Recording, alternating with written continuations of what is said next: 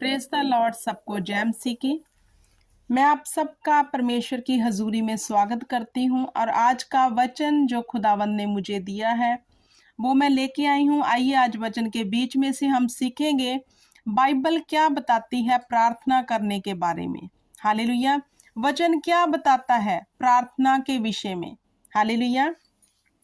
तो जैसे यिर्मयाह की बुक उसका 33 अध्याय उसकी 3 आयत में यहोवा पिता ने यिर्मयाह से क्या कहा, मुझसे प्रार्थना कर और मैं तेरी सुनकर तुझे बड़ी बड़ी और कठिन बातें बताऊंगा जिन्हें तू अभी नहीं समझता। हालेलुया।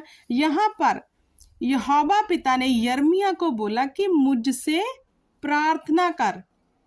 मतलब प्रिय भाई बहनों, परमेश्वर ने कहा कि मुझसे प्रार्थना कर। जब तू प्रार्थना करेगा तब ही मैं तुझे बड़ी बड़ी और कठिन बातें बताऊंगा। इट मीन्स जब हम प्रार्थना परमेश्वर के आगे करेंगे तभी हम अपनी सिचुएशन से बाहर आ सकेंगे। मान लो हम किसी सिचुएशन में फंसे हुए हैं और हम उसका हल अपनी अकॉर्डिंग निकालना चाहते हैं तो नहीं निकलेगा, क्योंकि यहाँ पर यहोवा पिता ने यिर्मयाह को कहा कि तू मेरे आगे दुआ कर तो मैं तुम्हें बड़ी बड़ी और कठिन बातें बताऊंगा जिन्हें तू अभी नहीं समझता। जैसे कोई परिस्थिति है जिसे हम हैंडल नहीं कर पाते, हमें पता नहीं है आने वाले समय में ये कैसा होगा, लेकिन यहोवा पिता जानते हैं, परमेश्वर जानता है। तो खुदा ने इस वचन में स्पष्ट किया है कि मुझे मेरे आगे प्रार्थना कर। हालेलुया।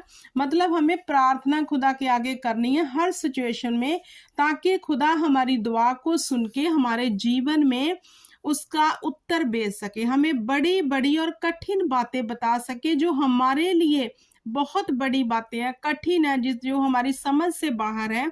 फिर यहोवा पिता हमें बताएंगे उन बातों के बारे में, लेकिन कब? जब हम उसके आगे प्रार्थना करने जाएंगे।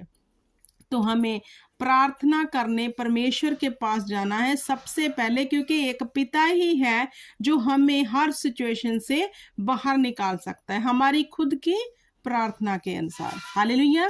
तो ऐसे हम आगे पढ़ते हैं मत्ती में, न्यू टेस्टमेंट मत्ती में हम पढ़ते हैं उसका 26 अध्याय उसकी 40, 41 और 42 आयत में क्या लिखा।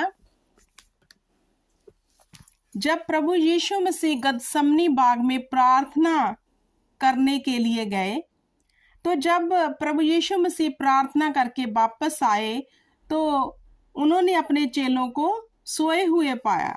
तो परमेश्वर ने क्या कहा? फिर उसने चेलों के पास आकर उन्हें सोते पाया और पतरस से कहा, क्या तुम मेरे साथ एक घड़ी भी जाग ना सके? और 41 में लिखा है, जागते रहो और प्रार्थना करते रहो कि तुम परीक्षा में ना पड़ो। आत्मा तो तैयार है परंतु शरीर दुर्बल है। हालेलुया। देखो मेरे प्रिय भाई बहनों, परमेश्वर सेनाओं का यहोवा जिसने अपने इकलौते प्रभु यीशु नासरी को जगत में भेजा, प्रभु यीशु नासरी हमारे बीच में रहकर वो भी घंटों प्रार्थना करते थे। बाइबल इस बात को बयान करती है। हालेलुया। तो प्रार्थना इतनी इम्पोर्टेंट है हमारे जीवन में कि जब तक हम प्रार्थना ना करेंगे, तो यीशु ने कहा जागते रहो और प्रार्थना करते रहो कि तुम परीक्षा में ना पढ़ो। हालेलुया।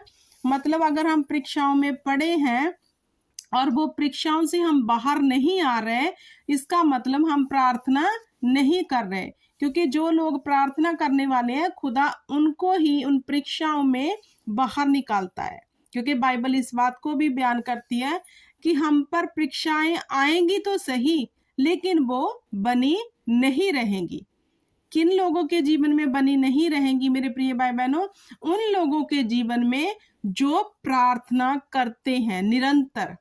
परमेश्वर ने कहा प्रार्थना में लगे रहो कि तुम परीक्षा में ना पड़ो। हालेलुया। जब हम यहोवा पिता के आगे दुआ और प्रार्थना करते हैं तो खुदावंद हमें हर सिचुएशन से बाहर निकालने की ताकत रखते हैं, लेकिन वो किसको निकालते हैं? जो प्रार्थना में लगे हुए हैं निरंतर। इतना जरूरी है हमारे जीवन में प्रार्थना का महत्व कि खुदावंद चाहते हैं कि हम प्रार्थना करते रहे। तो हमें जिस खुदा को हम फॉलो कर रहे हैं, जिस परमेश्वर प्रभु यीशु का नाम हम ले रहे हैं, जिसके हम गवाह बन चुके हैं, जिसके द्वारा हमने मुक्ति को पा लिया, जिसके द्वारा हमने सच्चाई को पा लिया, अगर हम यीशु मसीह के करैक्टर को देखें तो यीशु मसीह का करैक्टर बाइबल बताती है कि प्रार्थना करने वाला था और वो खुद खुदा का बेटा होकर दिन रात प्रार्थना करने वो पहाड़ पर जाता था। हालेलुया। तो हमें कितनी जरूरत है। हालेलुया। तो 42 में लिखा, फिर उसने दूसरी बार जाकर प्रार्थना की। पहले परमेश्वर ने प्रार्थना की, फिर जाकर फिर प्रार्थना की। हालेलुया। कि हे मेरे पिता, यदि ये मेरे पिए बिना नहीं हट सकता तो तेरी इच्छा पूरी हो। हालेलुया। जब प्रभु यीशु मसीह को स्लीब पे चढ़ाए जाना था तो खुदावंद प्रार्थना करने गए थे खुदा के आगे, पिता के आगे, यहोवा के आगे। हालेलुया। तो हमें कितना जरूरी है परमेश्वर के आगे अपनी सिचुएशन को लेके जाना। जैसे प्रभु यीशु मसीह अपनी सिचुएशन उस वक्त उन पे बीतने वाली थी, वो जानते भी थे, लेकिन फिर भी वो प्रार्थना के माध्यम से पिता के पास गए और उन्होंने कहा, अगर जे हो सके तो कटोरा मुझसे टल जाए, वरन मेरी नहीं तेरी ही इच्छा पूरी हो। हालेलुया। तो हमें मेरे प्रिय भाई बहनों हर परिस्थिति में परमेश्वर के आगे प्रार्थना में ही जाना पड़ेगा, क्योंकि जब भी कोई परिस्थिति ऐसी आती है तो हमें प्रार्थना करके ही उसका जो है समाधान निकल सकता है। अदरवाइज हम उस सिचुएशन से बाहर नहीं निकल सकते, क्योंकि बाइबल बयान करती है कि ए इंसान, क्या तू चिंता करके अपनी उम्र का एक पल बढ़ा सकता है? हालेलुया। नहीं। तो क्या करना है? क्या हम चिंता करके उस सिचुएशन से बाहर आ सकते हैं? नहीं। तो क्या करना है? हमें यहोवा पिता के आगे दुआ करनी है। जैसे अभी हमने यिर्मयाह में पढ़ा, यिर्मयाह की 33 उसकी 3 में परमेश्वर ने यिर्मयाह को कहा कि यिर्मयाह तू मेरे आगे प्रार्थना कर, तब मैं तेरी प्रार्थना सुनकर तुम्हें बड़ी बड़ी और कठिन बातें बताऊंगा। हालेलुया।